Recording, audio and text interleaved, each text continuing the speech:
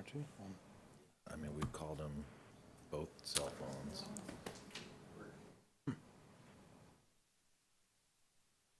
Yeah.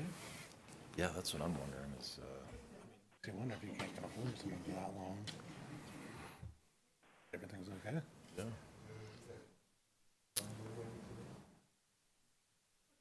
Okay, we are back from our lunch recess. We are back to a live meeting. It's 1:02. We got Commissioner Mullen on the phone. So we'll start with the first one after the lunch is Sheriff and Sheriff Miscellaneous Funds. So Jim, Raymond, please go ahead. Commissioners, before we begin, to my left is Cheryl, who oversees all of our financial things for the Sheriff's Office.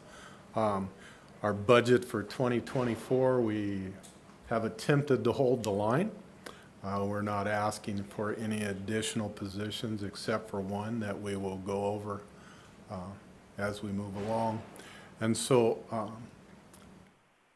you all have been provided with read-aheads for the budget for Franklin County Sheriff's Office and Corrections a couple months ago. I would encourage you to actually look at that as you're making decisions and not just make adjustments with a broad stroke, because I believe that we've tried to submit to you a budget that is realistic and not overcompensated for the sheriff's office or anybody to gain an advantage with. It's about public safety. That's what this budget surrounds. So if we could start with the first slide. I was before this board earlier, well, actually 2 months ago, about our uniform problems. Over the years, we have gathered all of our uniform purchases under one umbrella, under one account, both for the jail and the sheriff's office. We submitted to you last year a proposed line item of, I can't remember exactly, somewhere in the 70s if I remember right. And then it got reduced down to 15,000, which wasn't realistic.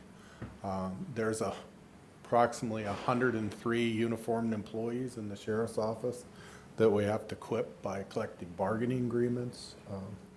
Other issues that require us to come up with some sort of an average per uniformed personnel, which is about $1,600 a year per employee. We're asking for the numbers that you see in front of you, which is 94,000, is that correct? Yep, go ahead. So we had when we combined the two from corrections to the sheriff's office, the 69,000 was from the corrections. And so when we combined them in 2022, or 2022, they separated it out to half of it, the 69,000 to be the ARPA funds. And then in 2023, that all went away. I mean, we were left with just what the sheriff's office was, which was 24,000. So everything that we combined from corrections was no longer in our budget. So we're just asking back what we had before, nothing more.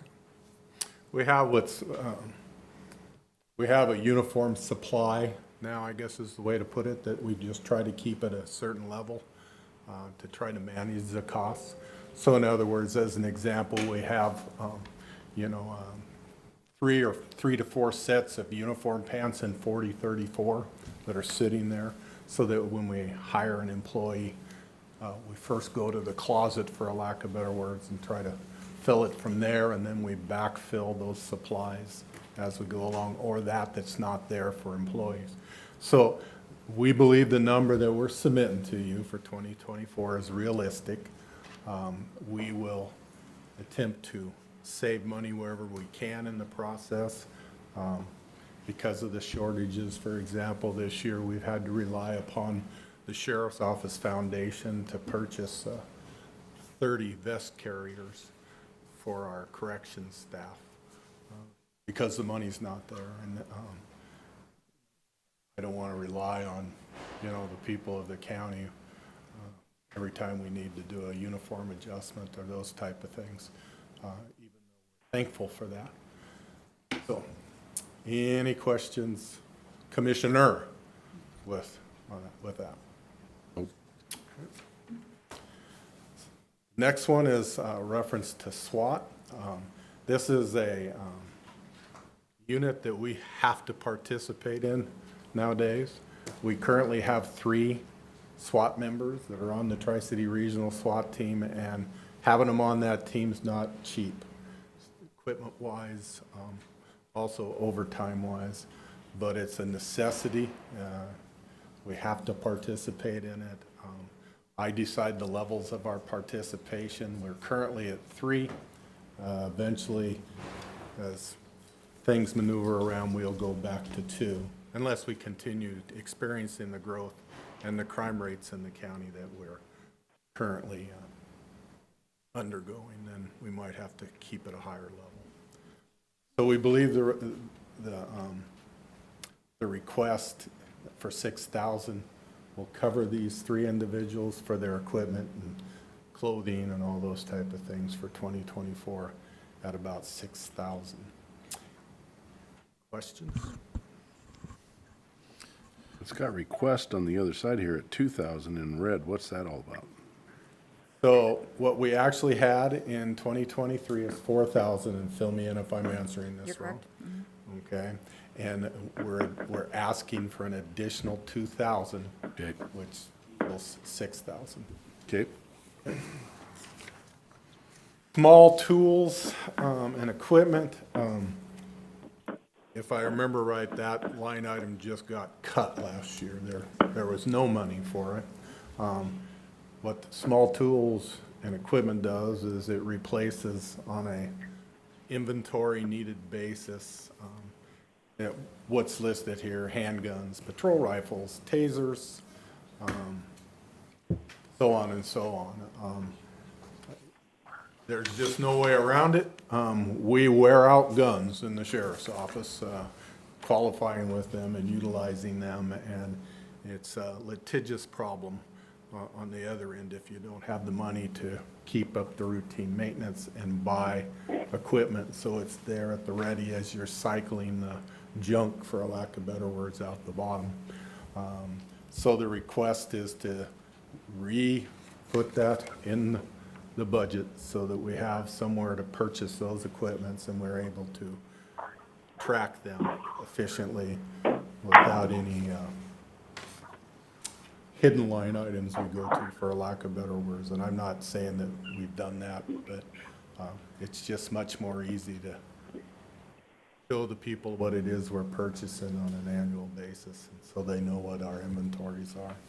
And there is an itemized list that they submitted in the, that looks like this, in the sheriff's baseline changes Yep. tab that lists all of the specific items with dollar amounts. Questions? Sheriff, what's the life cycle of one of your sidearms? Well, I'm not a gun expert, but usually by the time you've pumped about 5,000 to 6,000 rounds through them, they're wore out. Things like the hammer falls back on them because they're broke, and, you know, issues like that. Of course, you don't want broken hammers on a handgun when you need it the most. Right. So it's those type of things. So to answer that maybe a little bit more in depth, when I took office, we had a complete set of handguns that were over 10 years old. And when we inspected them and inventoried them, we found about 20% of them to be defective. And the sheriff's deputies were carrying those defective handguns and being told, there ain't no money for those, so we're not replacing them. Well, that wasn't acceptable, so we figured out ways to upgrade our inventory. And then experience has always taught me, if you replace a certain percentage of a handgun, for example, on an annual basis, it's more cost effective. You know, it's not $500,000 at one time. And so we just try to rotate that way. Thanks. Sheriff vehicles. So the So I request, have a question. I'm looking at your PowerPoint, and I see a difference between the request and the proposed. So is the request of what you're short, or is the proposed what you're asking for? I'm having a hard time hearing the sheriff. Everybody else I can hear fine, but I don't know if his mic is not turned on. okay, can you hear me now? I can hear you now. Thank you. So if you look at each of the slides, the first number is proposed, okay? Correct. The next one that says actual is actually what we received in 2023. So it would then be a difference in red. And if you add the difference back in to the request, then you go back to the original 2024 proposed amount. I see. So I wasn't sure if that proposed amount was for 2023 or if that was 2024. And I did add them together and came up with the same number, but that was my request, is I wasn't sure Right. which one you were asking for. Yes, sir. So the request, for example, with vehicles is, we have a proposed request for 2024 of 350, and we're showing you an actual expenditure for 2023. And so the difference would be $75,000 increase. And then there's some bullet points below that will show, some of the issues that have created decreases or those type of things. So at the end of Okay, so- yeah, right, So the request is actually the shortage. right, yep. Okay, that makes more sense. Thank you. You bet. So with sheriff's vehicles, it's no secret, we run the living dog snot out of them. They get to a point where they mechanically, they start falling apart and it's not cost effective. So we have a maintenance schedule. We try to rotate, used to be 5 to 6 cars a year. So we can keep up and not spend that all at once. And then we had this request for cars and the shuffle that took place. And we also have a problem when we order cars, waiting all year to get them. So those are some of the problems with the request, as far as if you're considering decreasing it. The costs aren't changing. The number of cars needing to be replaced isn't changing. We've on the back end tried to address issues like where to sell the cars, where we can get the most return. Recently, we sent cars to a different auction site, and probably is the highest amount of money we realized in the cars, with 38,000 being returned to the general budget last year, or this year, just recently. I don't even know if it's in the budget yet, but the check's in the mail. And so, we're trying to think outside of the box, how to save money, to generate more money, to replace and upgrade vehicles, the first responder vehicles and the emergency vehicles in the community. Have you looked at, I know we've had talks with a fleet management company for other county vehicles we've looked at. Is that something that is done for other sheriffs in other counties, and is that something that you've looked at as well? So if you're going to lease police vehicles, okay, you lease them as a total package, and then there is a monthly payment that's made to lease them, and that runs nowadays about $3,500 a month per car. And then there's mileage limitations on that.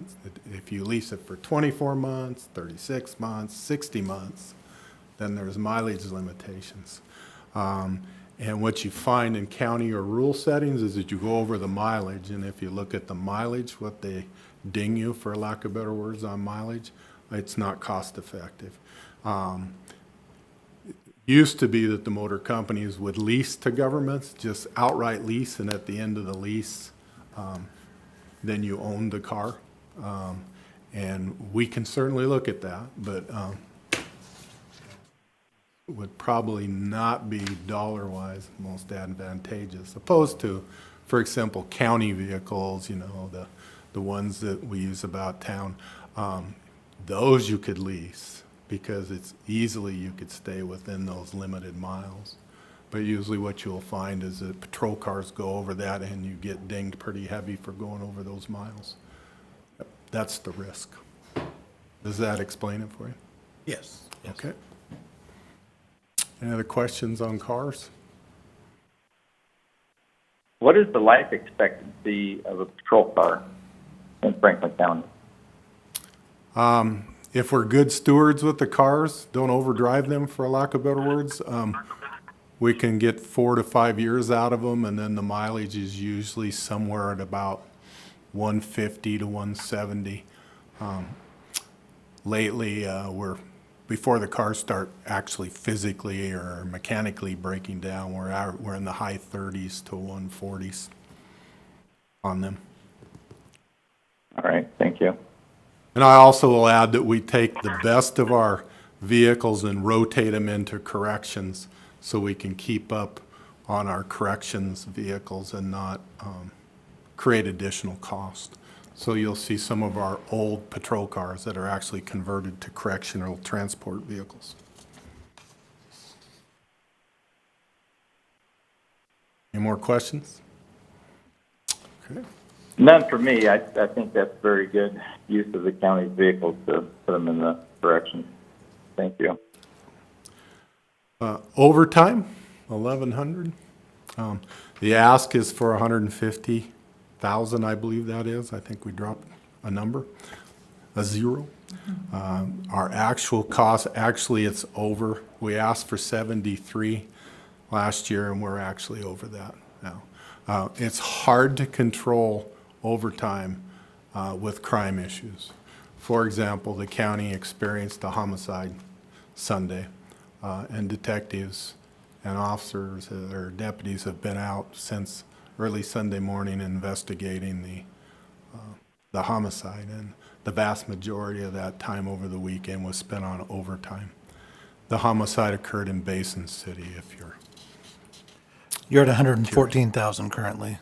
114,000, right? So we're just asking for enough overtime in there to try to stay within budget, not just to spend it, but some of the other things that are driving our overtime costs is public disclosure requests. We have so many public disclosure requests coming in that we actually have to have our sheriff support 1 or 2 come in on weekends to try to keep up so that we don't get behind the 8 ball on them. And so that consumes a lot of our overtime. And then we're not quite sure how the regional academy is going to shake out, but when we send our deputies to instruct in the regional academy here across the street, they're generally on overtime, and the state only reimburses the straight time. So somewhere along the line, we'll hopefully be able to decrease those costs. But for the first academy, those are some of the things we experienced with it. But the cost savings on the other end was about 75,000 a deputy having them here locally in the academy that we saved, which is ×3. So it's kind of here nor there, but that is another factor. SWAT call-outs. SWAT call-outs are pretty routine now these days. Probably average 2 to 3 SWAT call-outs a week in the Tri-Cities, just because of the changes in laws and the procedural things that our legislators have placed on law enforcement that they have to do in order to engage suspects. I didn't make these rules up.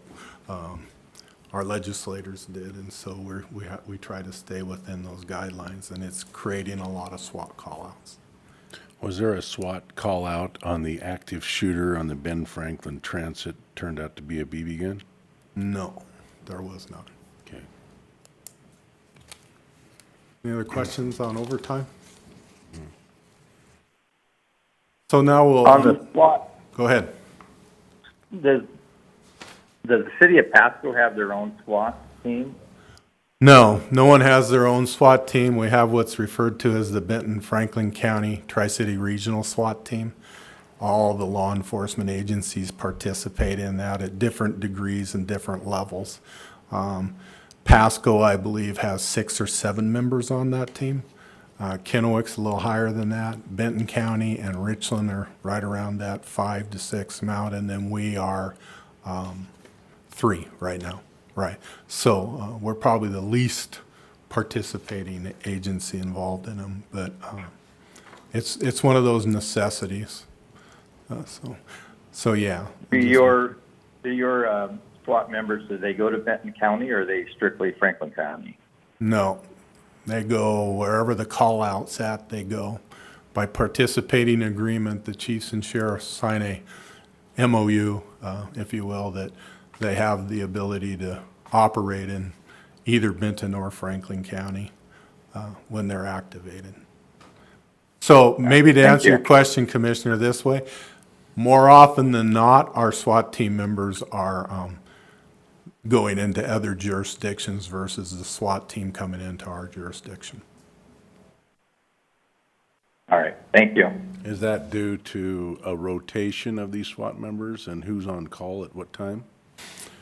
So I think I can answer your question here. So the first call that's made when they activate SWAT is for on-duty personnel.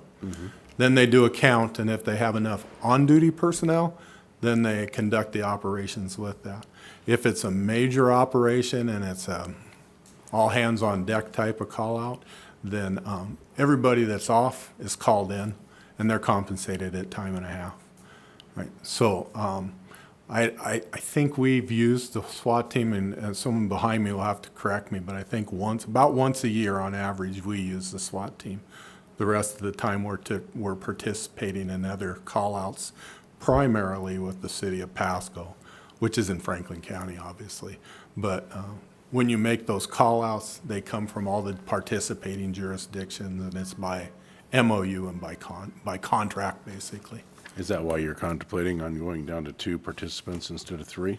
Nope, that's what my MOU is for 2, but is. it is. But as of right now, because one of the members that's due to rotate out has a strategic position, we're letting our 2 new guys get trained up. We never send more than 2, if that is helpful. But it just depends on when we're going to take that third one out, and it's going to be based on training and replacing a few different options in the element of the SWAT team. Ready to go on to corrections? You had one other request for $34,000 for 2 portable and 2 mobile radios, and sheriff, I think, too? Is Yep. that still? That's, yeah, we, for every year, since we wrote, it was almost a $700,000 grant to replace all the radios in the county.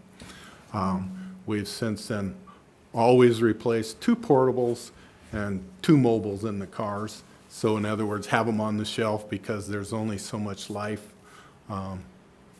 right now. So as an example, if all of our portables in the field right now failed, we'd have to replace every one of them because the warranties and all those type of things are already up on them. So we've tried to keep, a couple portables and a couple hard mounts in the cars at the ready for when they fail, because they do fail. Up on the forefront right now is a change in radio banding and stuff that's coming up, and that will require some changes internally with our radio equipment in the future. But right now, we believe that if we get 4 radios a year, that we should be able to maintain a reasonable radio coverage. Are you doing anything precautionary with those radios as far as a Faraday box? Because with the state of the world right now, A what? Faraday box, That is. that's to protect ourselves from an EMP, an electronic magnetic pulse bomb. With what's going on in the world today, I'd suggest They're that. not. Nope. The radios have a little orange button on them that you push that broadcasts and keeps you open to be able to be found through dispatch and those type of things. But there's So I mean, no- the ones you're storing. Nope. They're just standard police patrol radios that we Well, I'm keep just on gonna here. just warn you that if an EMP goes off, they're all bad. You won't have a radio 1 to work. Okay, All right. appreciate that. ready for corrections? Ready. Keelan, you can slip on up here in case there's questions, but you stay tight. Okay. So, as you know, medical services is a major portion of our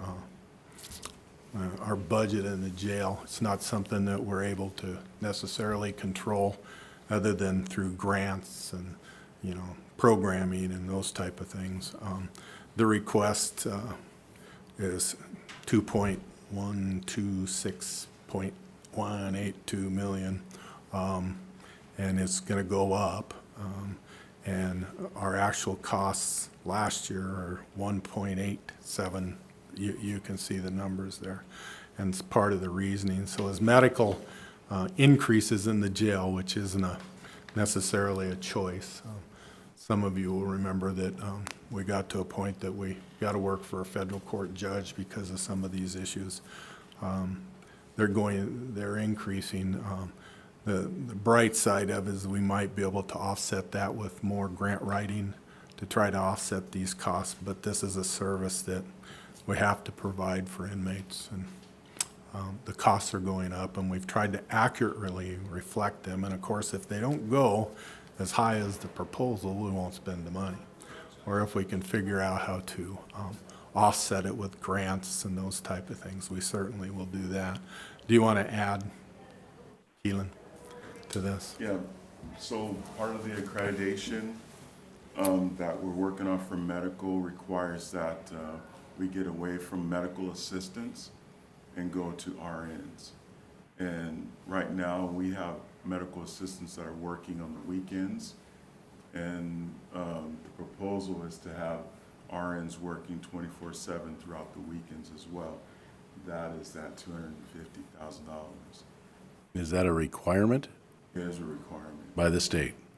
It's for us to get into the NCHCC, which is a national accreditation, and that is one of the requirements in order to get that, is that we have 24/7 RNs, in which we do not. They all have to be RNs, or can you have medical assistants with the RN? So that's what we're trying to look at, is having one medical assistant, but the RN is the person that would run on the weekend. So with this cost and the increase, Okay. with this cost and the increase, have you done an equivalency of what it's costing per prisoner? And are we charging enough to Pasco and the other counties that are housing in our jail? Yes, we are. We are charging enough? Yes, in fact, the sheriff did a directive that we would increase the payment for all of the local police departments, starting at the January 1, We're going to increase it. right? From So what to what? The state sets the Right. the rates, and so for everybody, and they're supposed to be equal across the board, and January 1, then I'm not sure what the rate is. It's supposed to go up in the 90s, right? It's supposed to be in the 90s, and I believe Pasco Police Department's just a little bit higher than that. Yeah. So yes, it's going up, but we'll have to have a year of data to see how it offsets. So maybe this will help you. So we were averaging, of course, during COVID, around 100 inmates. Yeah. Today, we average about 225 inmates, and we have a maximum bed facility of about 330 beds. The only thing that stops us from going to 330 beds is manpower. So we're about at max on a daily limit at that 225, 235 level, and everybody is being charged equally. Okay. Any other questions on medical? I have one. You said that the state is requiring that they have 24-hour care.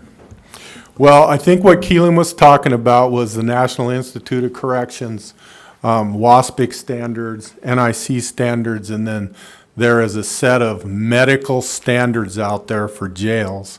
And that's what the facility is trying to reach, is to reach those medical accreditation standards. Yes, according to Keelan. So all we're trying to do is keep our accreditations up in order so that we can avoid expensive lawsuits, I guess is the way to put that, on the front end. But as you try to do that, and then you try to keep in compliance of our old federal decree, you're going to have increased costs.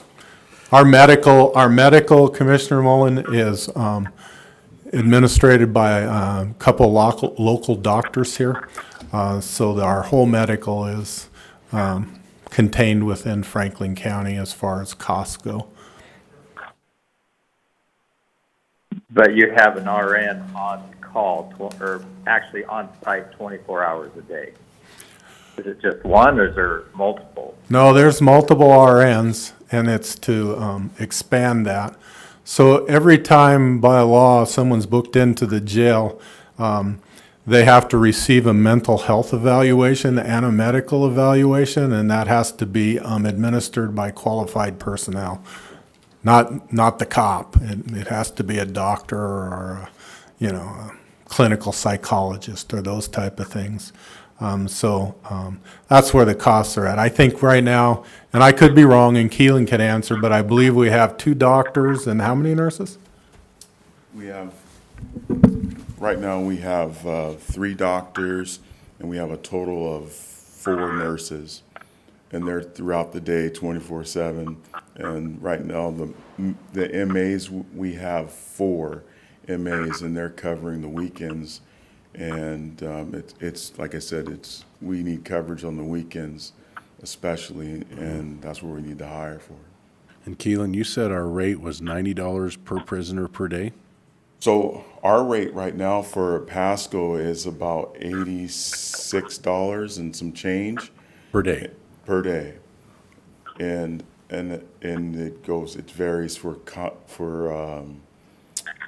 Connell and DOC, if those vary.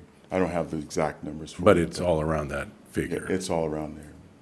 DOC's is actually higher. It's a little higher, yes. Yeah, and that's the standard that they'll all be set on is DOC's rate. So this medical coverage is about 1/4 of what we're receiving, and we got meals and upkeep of the building and everything else. 1/4 of it is for medical. Any other good. questions? All right. So I have one question, just for clarification. So if you arrest somebody and bring them in at 2:00 in the morning, there has to be an RN on duty to evaluate this individual, or? Yep. Yes. It just seems, I just didn't know if we were fully staffed 24 hours a day, or if it's just during the night that there's, 1 or 2 people there. I'm just trying to get a grasp on it because, as a private citizen, I don't have access to 24-hour care. That's why I'm just trying to find out, if there's times of the day, like say 8 to 5, where they're fully staffed, and at night maybe there's a reduction in staff, or is it fully staffed 24/7? No, there's a reduction of staff at night and on the weekends. The problem is it's to a point where you're going to have an RN available 24/7. And so in order to do that, that is the suggestion, is to hire X amount of more nurses. And of course, we'll realize this through a contract with the local doctors. They'll be the one footing the bill, but ultimately it'll be the taxpayer. And you're right, Commissioner, you don't have 24/7 medical coverage like inmates do. And here's another phenomenon. The minute they walk through the door, their Social Security benefits are shut off, and the county taxpayer pays for their Social Security things that we could actually engage Social Security with to offset costs.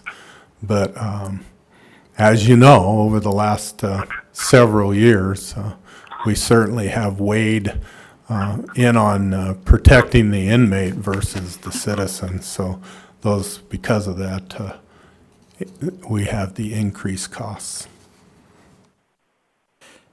So with the recovery center, will they be able to use their Social Security benefits at that point, so it's not such a burden on the county?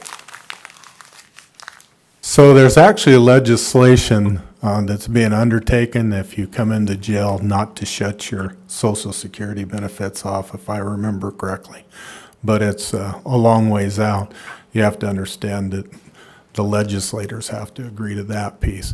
The other piece you're talking about, the recovery center model, there will be some things that Social Security or Medicare or Medicaid will cover under that umbrella of care. So the only time inmates will be moved into that is when the court orders them into those programs, and then it will relieve the pressures from the jail, from all of our jails actually, once we can stand up a therapeutic court where a judge has authority to move inmates from jail into a program. So what happens when you arrest somebody that is obviously mentally ill? Do you have to take them to the jail? Or if the recovery center was open, would you be able to take them there and their benefits? We would take them to the Filtered out. we would take them to the recovery center. Today, they come to jail. That's part of the report that I send to Mike Gonzalez on a weekly basis. And I certainly will send it to all three commissioners so you can know what our jail looks like as far as how many mentally ill people are in our jail, what percentages, where they're being housed, all those type of issues that accrue. But at its basis, at its foundation, if you have therapeutic court and a judge wants to intervene with someone that's sitting in jail, they certainly will be able to do that. The cop on the street, if they go, Commissioner Mullen, I think that you're having a psychotic episode, so I'm going to take you to the drop-off center, the recovery center, for them to deal with you first. And then law enforcement will then place themselves in the background and won't deal with those type of things in the future until they're called upon to do so. All right, thank you. That, I was curious on because you had mentioned the lodging rates going up next year. Did they go up this year as well? And the reason why I ask is, DOC did. DOC did, yes. And then I sent out a email to the other agencies that their rates were going to this DOC level. And there was a little bit of pushback from the cities and then not wanting to pay it. Where that's at now, I don't know. But what we do is we send them the $87 bill every month, and I don't know what they return to the county.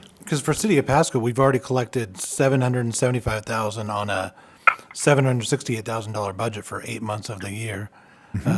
So I mean, we're already over budget with 4 months left to go. So is that just due to the number of bed days rather than rate? It's just due to the city of Pasco is booking more individuals. Yep. And so they will see increased costs to their budget.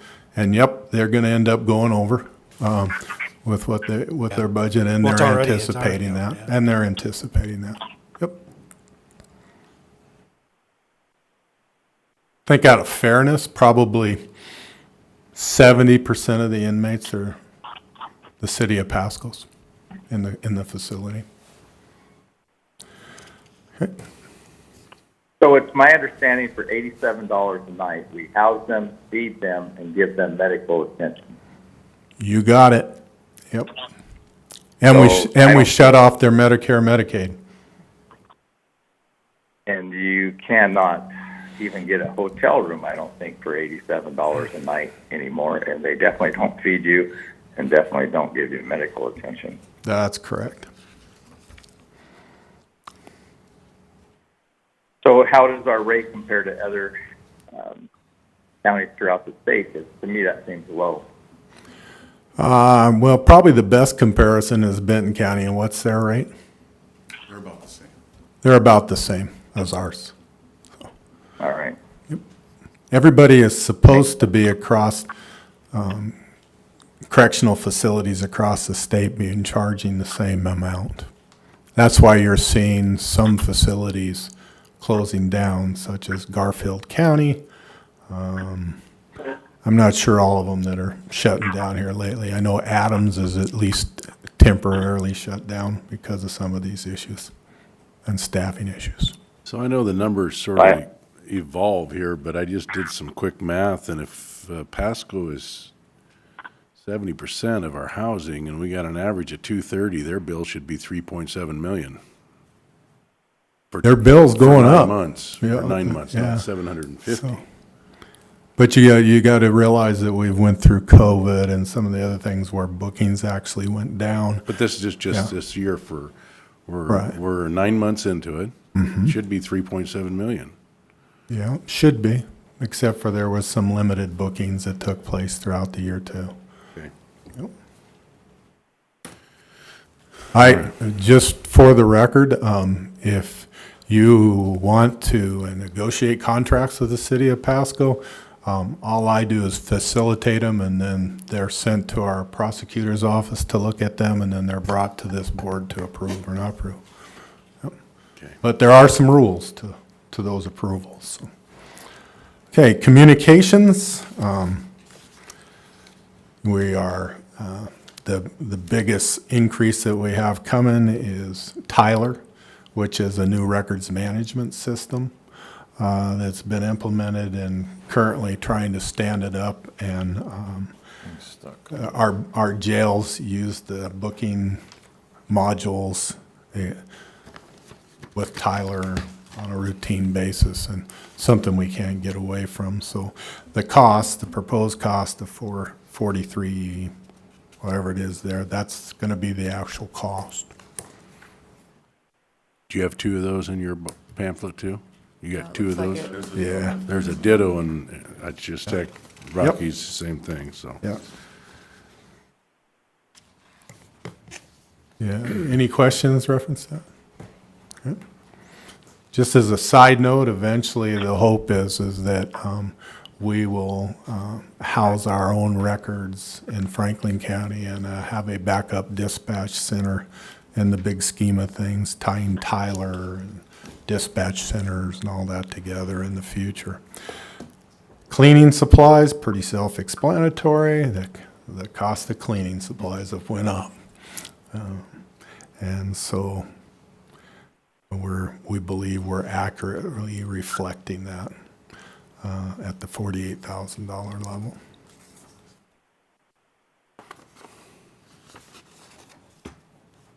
Questions? No questions from me. Non-baseline, small tools, equipment, and communications, I believe that's, is it a double too? Not the baseline. But not the baseline. Right, yeah, it's doubled. And here's some of the reasons that obviously funding was taken away from the jail without, we just got what we got.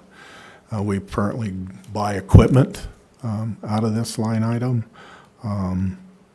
I really don't care if the 2 equipment line items are combined so long as the money's correct, because we try to identify what it is that we'll be spending money on. For example, radios.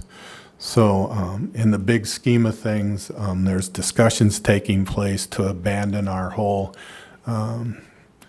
VHF radio systems, which when that occurs, if we go to a different band hertz, like 700 megahertz or 800 megahertz or those type of things, we're going to have to change the radio equipment in the jail. So we're already going to start doing that. We've taken some of our existing radios that we had on the shelf and starting to put them out to our supervisors. And from now on, when we buy radios, we will buy the more expensive portable radio that's going to access all those bandwidths. And don't ask me to get more technical than that, because you'll be in trouble if you're looking for the answer from me.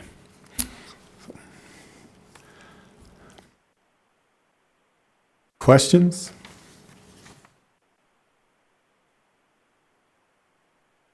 No questions from me. All right. Utilities, public utilities and insurance. That's pretty self-explanatory. If you have a $3,000 insurance policy for one FTE, then you take your FTEs and you multiply those insurance costs, and that becomes your balance for that account in order to fulfill those obligations for the employee. And I don't even know what the numbers are. I don't know if they're 3,000 or what they are, but I know that the request accurately reflects that. I know that last year it got cut and became an issue. Last 2 years, I'm sorry, that it got cut, which becomes an issue this time of year. So I'm encouraging you just fund it for what it is, and then it's there. And if we don't use it, we have vacancies, then we won't use it. It'll be there at the end of the year. Questions, Commissioner? Right. So our kitchen, commissary, all those type of things is obviously costs are going up. We currently contract our commissary, so in other words, our mills and those type of things, but all those mills still have to be brought into a kitchen and sorted and delivered and all those type of things. And I believe Keelan's tried to accurately reflect the costs that are coming and the repairs and maintenance that are coming in 2024.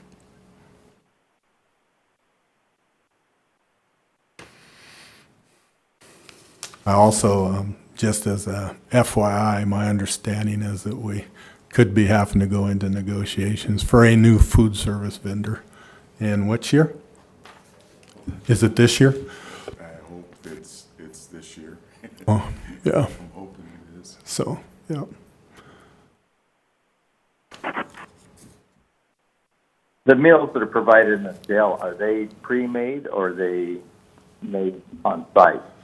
Nope, they're pre-made and brought in, and they're set by a calorie count, all those type of things.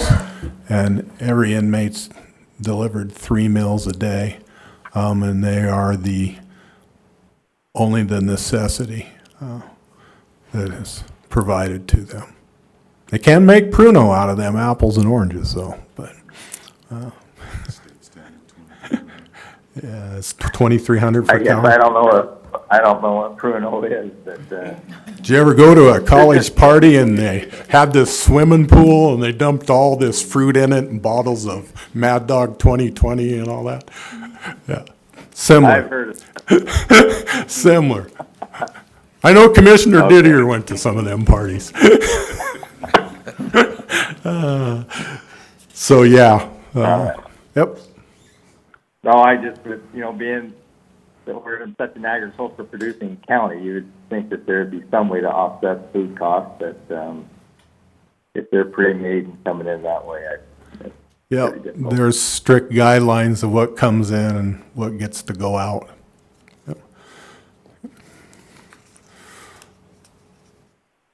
Any more questions on that? Okay. So currently, we have 4 commissary positions that are part-time. We are in need of adjusting hours with our sheriff's support staff. This will be my 3rd request to take 2 of those commissary positions that we've been holding open. So if I'm sure we're about 100,000 north of savings holding these 2 positions open for consideration of creating 1 full-time sheriff support specialist so that we can train them while commissary operations are going on to do things like public disclosure, other things that we can get the biggest bang for our buck for. And like I said, this is at least the 2nd request to convert these 2 part-time positions into 1 full-time position, so we can try to offset overtime costs We can run sheriff operations or jail operations on the weekend when we usually do commissary and visitation and those type of things. The idea is to have 2 sheriff support specialists working on the weekend to cover those commissary positions and also the public disclosure records requests that we fall behind. As you're aware, the state legislators made it mandatory that all cops are wearing video cameras and that all cars are video camera and all those type of things. And as you can imagine, it's creates a big PDR backlog. And the only way we keep up with that right now is by paying overtime every weekend to sheriff support specialists. There's only, how many support specialists do you have? There's only 8 that are doing a myriad of different things for the sheriff's office. So to me, this is ultimately going to end up in a cost savings for the county by converting these 2 commissary positions. And most of the wages that are in these is paid through commissary, through the inmates in the first place. So we'll make sure that the positions cover that primary deal, which is the commissary. But if we add hours to the position, then we can get other things done at the same time on regular pay versus overtime pay. And I think we hopefully have broke it out well enough for you that you understand what the cost would be to the county. In the corrections additional position tab, there's actually a chart that breaks down the cost between current expense and the commissary fund. Okay. So the cost listed is the total cost, but it's not all of that is current expense. Right. So commissioners, that's all I have for you. Is these are the things that we wanted to highlight so that you would give serious consideration to. This isn't wishes or wants. These are things that are going to have to occur no matter what, whether the dollars are there or not there. So I have a question. If you convert the 2 part-time commissaries with 1 full-time support staff, you're saying he can take care of the commissary and do public records requests on the same shift? At the same time, yes. It's not going to guarantee you that there will be no overtime for public disclosure requests, but the things that we do not cover during the week, during the work week, with public disclosure requests, then those 2 clerks would be tasked with letting people basically into the visitation area, checking them in, and also processing public disclosure requests. Yes. All right. Thank you. Yep. No questions here. Tim? No questions? Good, thank you. Good. All right, thank you. Thank you. So Tim, do we have anything under review miscellaneous funds or postponements? We don't have no postponements, so. No postponements. At some point, there's a couple things to talk about. For one, we've been talking about doing a accumulated leave fund. Yes. The policy still needs to be worked out, but I have worked up some numbers of as far as that goes. So that is one of the miscellaneous budgets that we have in here right now. So that's, a discussion point. And of that's an whether- account we've already set up and is, It is. It's been set up, but we still need a policy yes. for it. So that's something that is on my agenda with, hopefully some assistance with some other people to get a policy written up. But I put together some.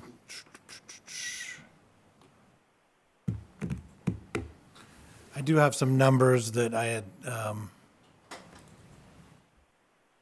put together on it.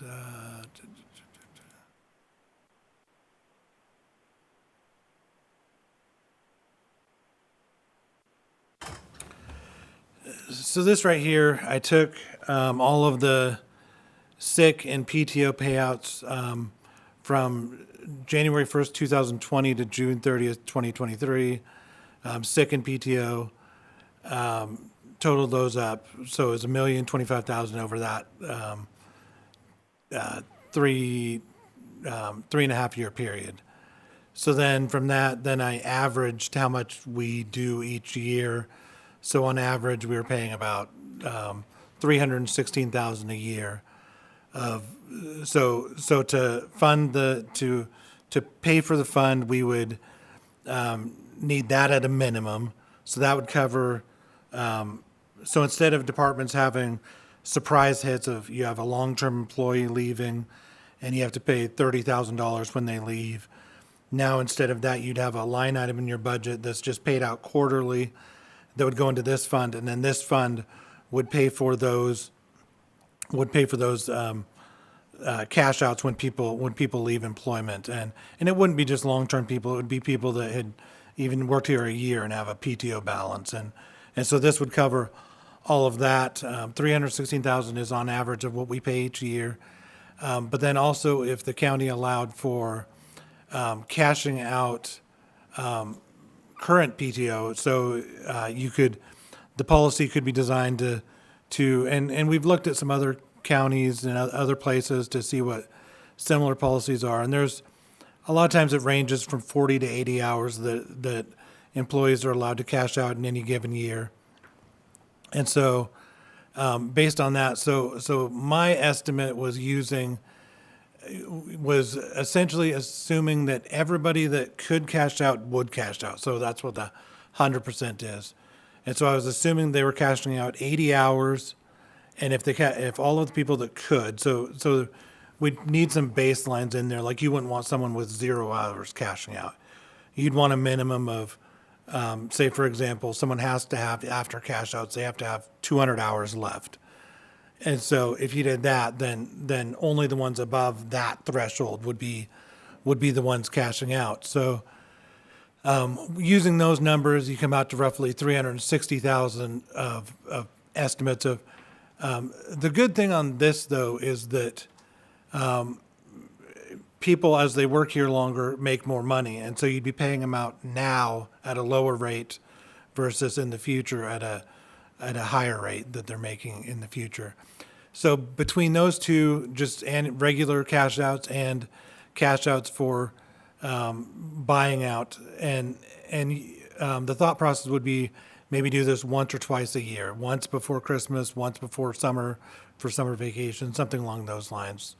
So that'd be a total need for the fund of $675,000 a year. And this would be, the thought process was you look at it each year to reanalyze it, to figure out how much more you need to add to the fund for future needs. So it could go up or down each year.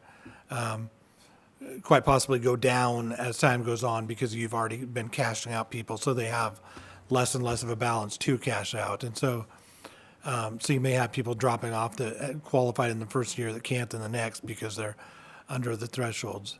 And so based on this, it would cost per FTE $2,360 per FTE.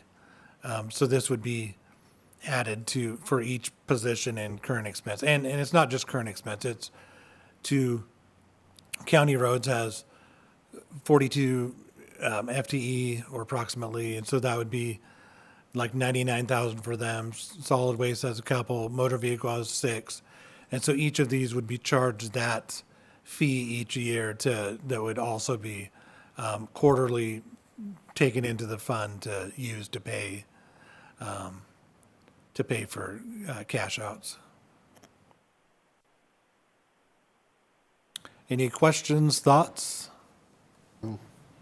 How much do we have in the fund right now?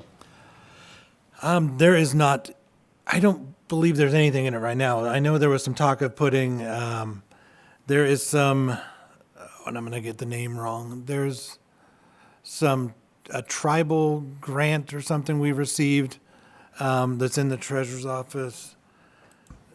It's like we set that up and we put some funds in there when Dwayne was there.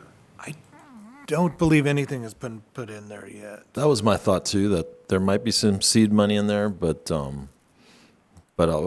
obviously we can check on that. But I think this was born out of the fact that departments weren't necessarily budgeting for it. Then an employee would leave on a surprise or a whim, and then you'd have to cash it out. And yeah, and in regards to the funds, we had this at the city of Pasco, so we'd have a holiday fund before Christmas season, and you'd have the option to cash out some of your PTO, and then in some jurisdictions they'll do it in the summer and kind of the holiday season in the winter, and it just keeps those fund balances kind of under control, so they're not so massive on a payout. So it works out good, and I know at the city of Pasco we always felt like it was good timing before Christmas. You'd have a little bit of a bonus.